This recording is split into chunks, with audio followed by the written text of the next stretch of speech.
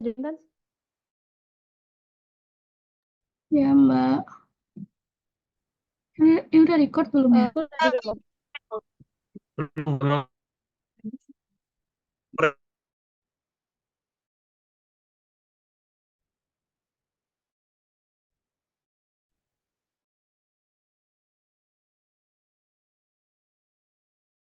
biar dulu cek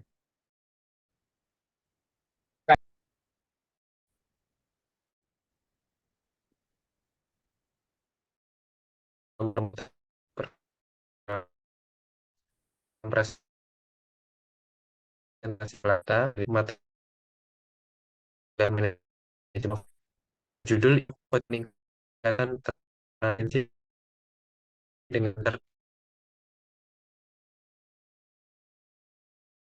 31218 dan ada dua rekan saya Mbak Lufian Mutiari dengan NRP 6032231219 dan Mbak Intan Andini Puspitasari dengan NRP 6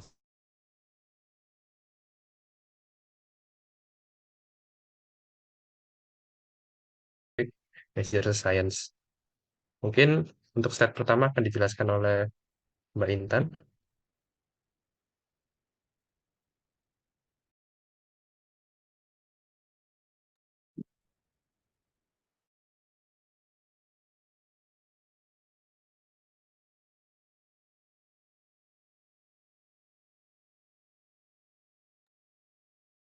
Mbak Intan.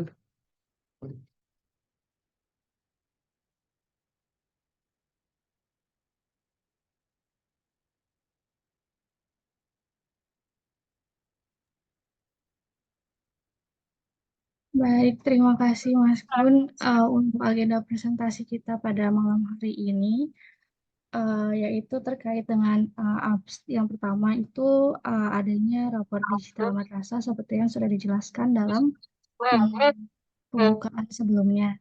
Yang pertama itu ada abstrak, pendahuluan, kajian pustaka dan dasar teori, metodologi penelitian, dan pengembangan.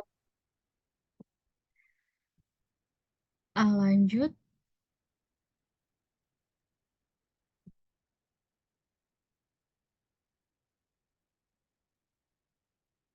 Oke. Untuk abstrak pada presentasi hari ini, untuk rapor digital merupakan inovasi dalam penilaian hasil belajar siswa yang bertujuan untuk mengelola penilaian dengan cepat, tepat, akurat, efisien, dan efektif. Penelitian ini bertujuan untuk mendeskripsikan proses inovasi penilaian hasil belajar siswa yang berbasis rapor digital di Madrasah Aliyah Islamiyah Kediri. Adapun teknik pengumpulan data yang digunakan adalah observasi, wawancara, dan dokumentasi. Hasil penelitian menunjukkan bahwa evaluasi penelitian hasil belajar siswa di madrasah tersebut melibatkan adanya tes, pengukuran, dan penilaian. Lalu dengan perbandingan kinerja siswa terhadap kompetensi yang ditetapkan. Sistem rapor digital madrasah atau RDM merupakan platform komputer yang menyediakan fitur lengkap untuk mencatat dan mengelola nilai serta kinerja siswa. Namun, pada pelaksanaannya masih dihadapkan pada kendala seperti keterbatasan akses jaringan internet dan server yang tidak selalu terhubung. Meskipun secara teknis, RDM ini sesuai dengan pedoman penggunaannya, namun terdapat kendala dalam pelaksanaannya yang menghambat pencapaian tujuan dalam mengolah hasil belajar siswa. Selanjutnya, untuk tujuan penelitian tujuan penelitian tugas akhir dari manajemen teknologi dan inovasi ini adalah yang pertama mengkaji manfaat dan penerapan rapor digital madrasah atau RDM, lalu menganalisis tingkat kesiapan teknologi di lingkungan sekolah dalam penerapan rapor digital madrasah atau RDM. Adapun ruang lingkup penelitian itu terdapat dua, yaitu agar hasil penelitian dapat lebih spesifik, maka dibuat batasan-batasan untuk menyederhanakan permasalahan yang ada. Yang pertama, ruang lingkup penelitiannya terdiri dari narasumber, yang dalam penelitian ini terdiri dari guru dan orang tua siswa di Madrasah Aliyah Islamiyah. Lalu yang kedua adalah fokus penelitian dilakukan pada rencana penerapan dan inovasi pelaporan rapor online di sekolah madrasah aliyah Islamiyah.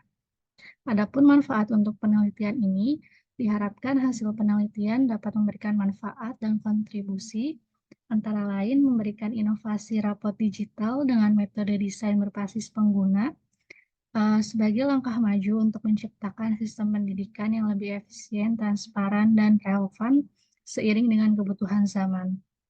Dengan kerjasama semua pihak, kita dapat memastikan pendidikan yang berkualitas bagi generasi di masa depan, serta dapat dijadikan juga sebagai bahan pertimbangan untuk penelitian selanjutnya.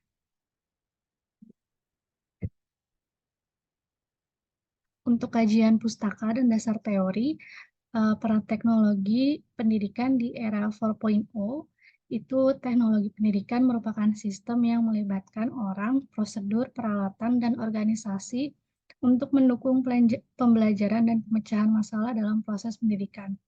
Dalam era revolusi industri 4.0, konsep pendidikan mengalami transformasi yang signifikan dengan fokus pada kebutuhan kompetensi baru yang dibutuhkan dalam dunia kerja yang terus berubah. Pendidikan 4.0 menuntut adanya keterampilan baru seperti pemecahan masalah yang kompleks, manajemen orang, dan kreativitas. Oleh karena itu, teknologi pendidikan berperan penting dalam memfasilitasi pembelajaran berbasis teknologi, sehingga menghasilkan lulusan yang sesuai dengan tuntutan pasar kerja global dan mengurangi angka pengangguran. Selanjutnya yaitu rapor digital sebagai inovasi penilaian hasil belajar. Aplikasi rapor digital merupakan inovasi dari Kementerian Agama untuk madrasah negeri dan swasta yang tersebar di Indonesia sejak tahun 2018.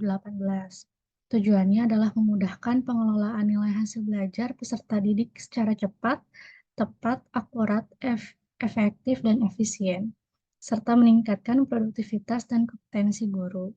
Rapor Digital Madrasah atau RDM adalah aplikasi yang bisa mengolah nilai mahasiswa atau nilai siswa madrasah dengan mendukung penilaian sikap, pengetahuan, dan keterampilan.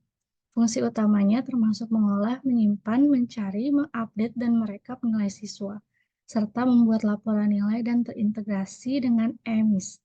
RDM juga mencantumkan deskripsi penilaian kognitif dan pemahaman siswa, serta dapat diakses dengan mudah dan efektif melalui server pusat atau browser yang dapat diakses dari seluruh madrasah. Selanjutnya,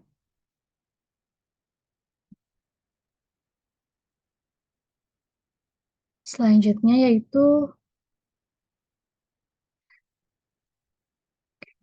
yang selanjutnya adalah User Center Design atau UCD dalam pengembangan rapor digital. Untuk UCD ini akan dilanjutkan oleh rekan saya, yaitu Mbak Luffy. Kepada Mbak Luffy, saya persilahkan. Terima kasih.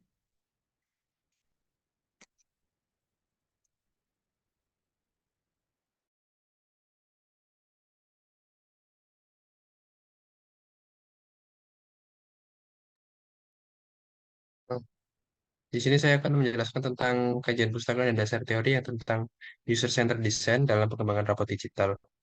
Nah, user-centered design ini adalah pendekatan desain yang menekankan kepada kebutuhan dan kepentingan pengguna dan pengaruh besar dari pengguna dalam menentukan desain produk. Nah, prinsip-prinsip UCD ini meliputi fokus pada pengguna melalui interaksi langsung, perancangan yang terintegrasi, pengujian pengguna secara empiris, dan perancangan iteratif. Dalam konteks pengembangan rapot digital, penerapan prinsip-prinsip UCD penting untuk memastikan bahwa sistem yang dikembangkan memenuhi kebutuhan dan harapan pengguna, seperti guru, siswa, orang tua, dan administrator sekolah.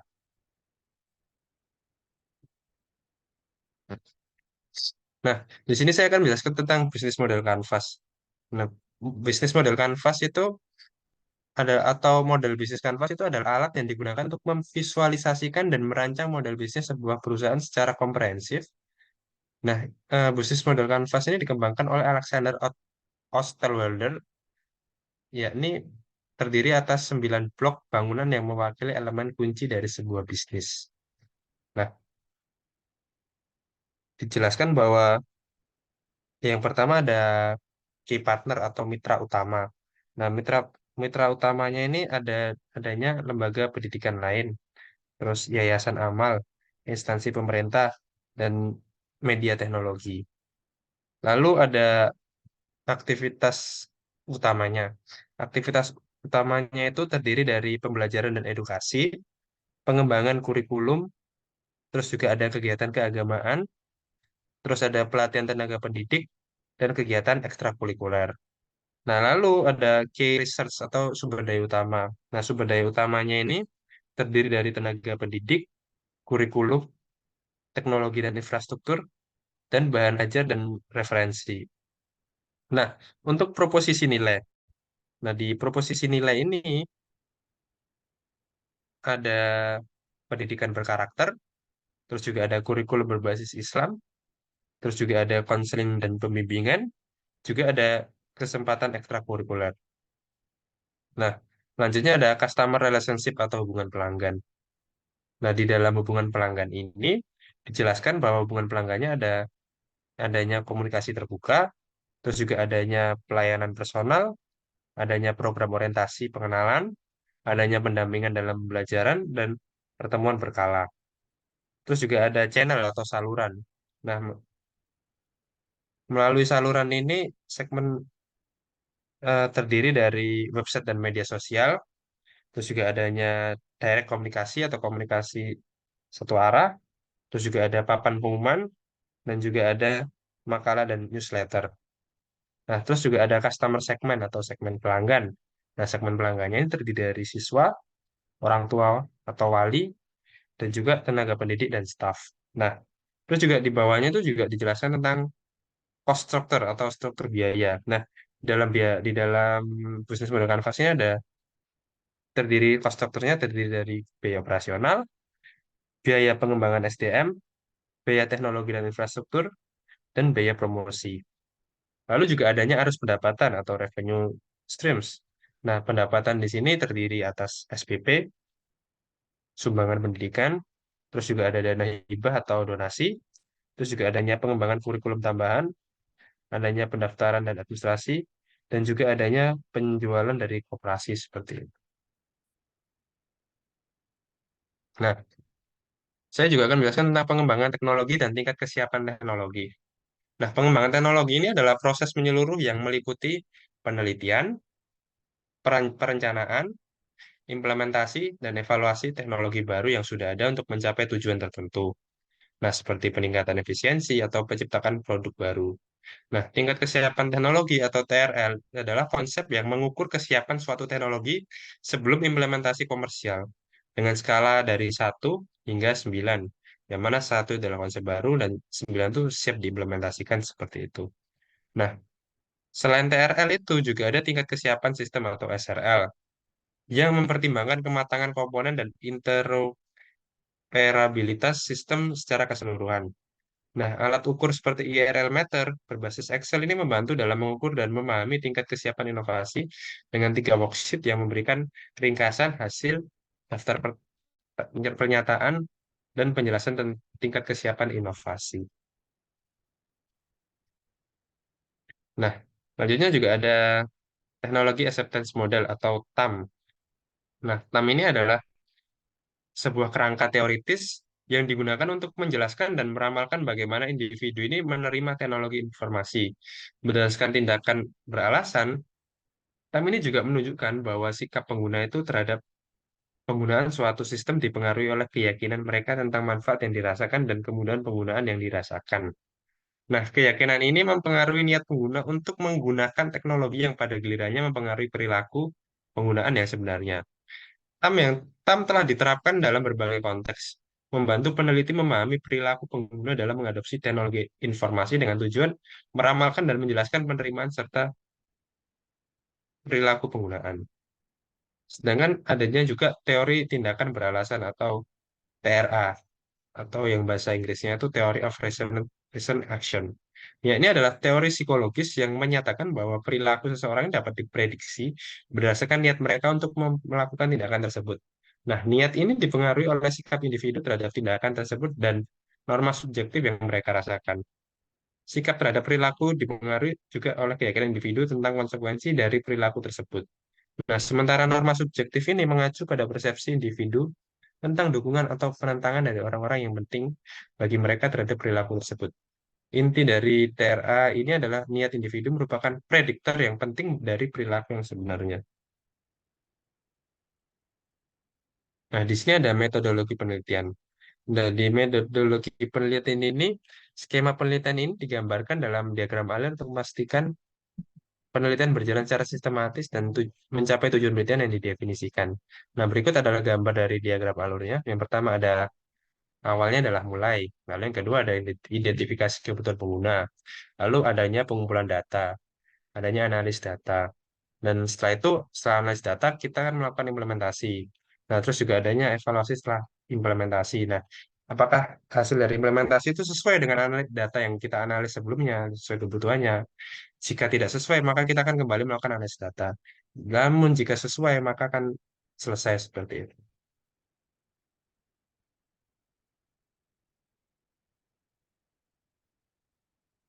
Terus juga adanya metode penelitian.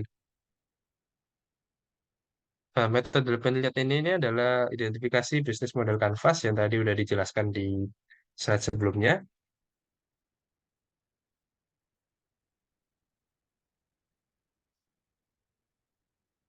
Selanjutnya akan dijelaskan oleh Mbak Vian.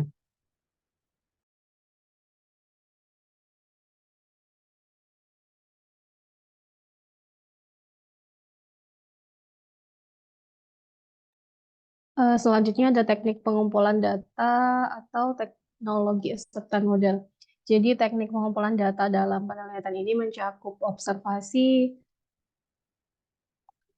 wawancara tidak berstruktur, dan dokumentasi. Observasi sendiri ini melibatkan pengumpulan data dengan menyatakan secara jelas kepada narasumber atau objek penelitian bahwa penelitian ini sedang dilakukan. Kemudian wawancaranya ini dilakukan dengan bebas tanpa panduan yang formal, karena dokumentasi ini melibatkan pengumpulan data dari dokumen yang terkait. Analisis data ini dilakukan melalui reduksi data, penyajian data, penarikan kesimpulan dengan menggunakan triangulasi data untuk meningkatkan reliabilitas dan kevalidan.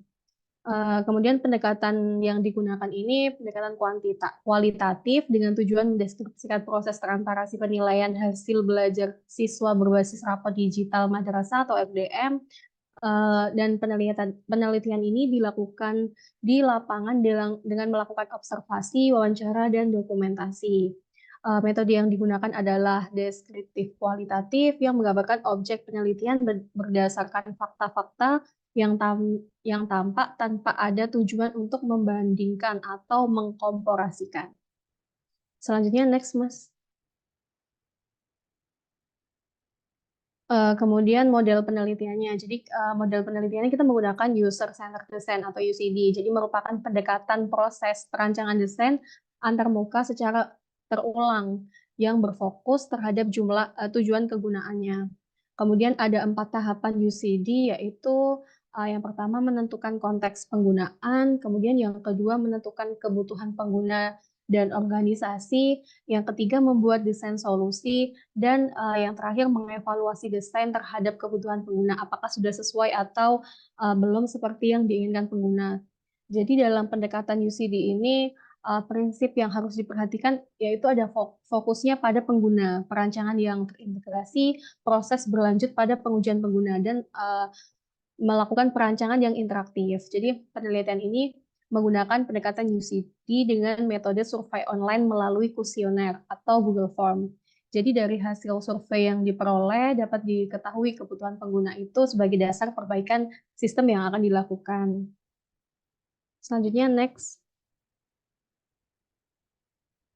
Kemudian di sini metode pengukuran teknologi acceptance model. Jadi kita menggunakan teknik skala Likert, digunakan untuk mengukur sikap, pendapat, dan persepsi seseorang terhadap suatu fenomena sosial.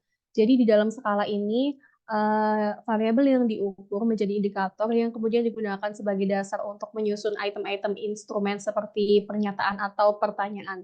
setiap instrumen ini diberikan nilai pada skala Likert yang berkisar dari positif hingga negatif. Misalnya kalau setuju diberikan nilai 4, cukup setuju diberikan nilai 3, dan kalau misalnya kurang setuju diberikan 2.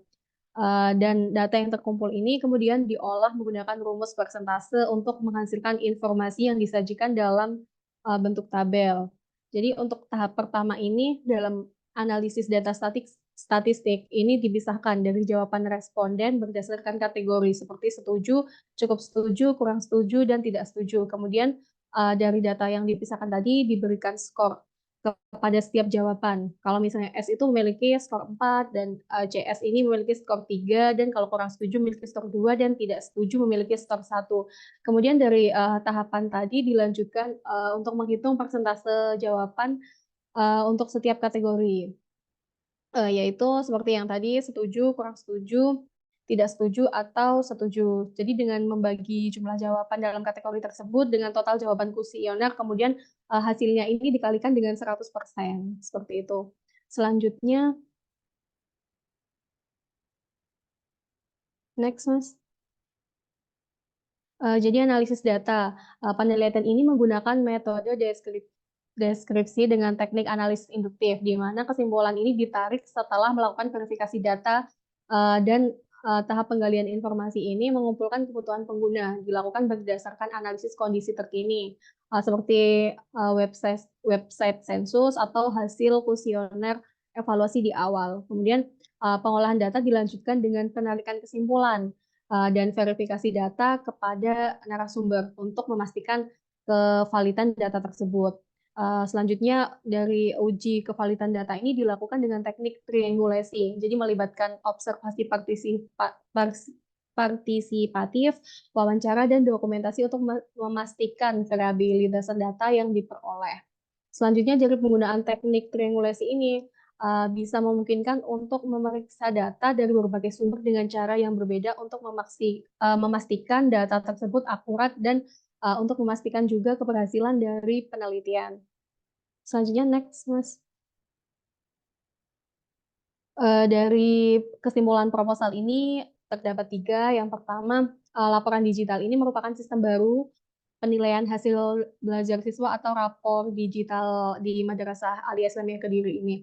Jadi laporan digital ini bertujuan agar lebih cepat, akurat, dan efisien dibandingkan sistem sebelumnya yang masih dilakukan secara manual. Jadi akan membantu dalam pendistribusian rapot karena bisa diakses melalui website orang tua ataupun siswa. Yang kedua ini laporan digital terintegrasi dengan data penilaian sekolah. Jadi studi ini menemukan bahwa laporan digital ini secara teknik memang bagus dan sangat dibutuhkan untuk saat ini. Namun terdapat beberapa tantangan dalam implementasiannya.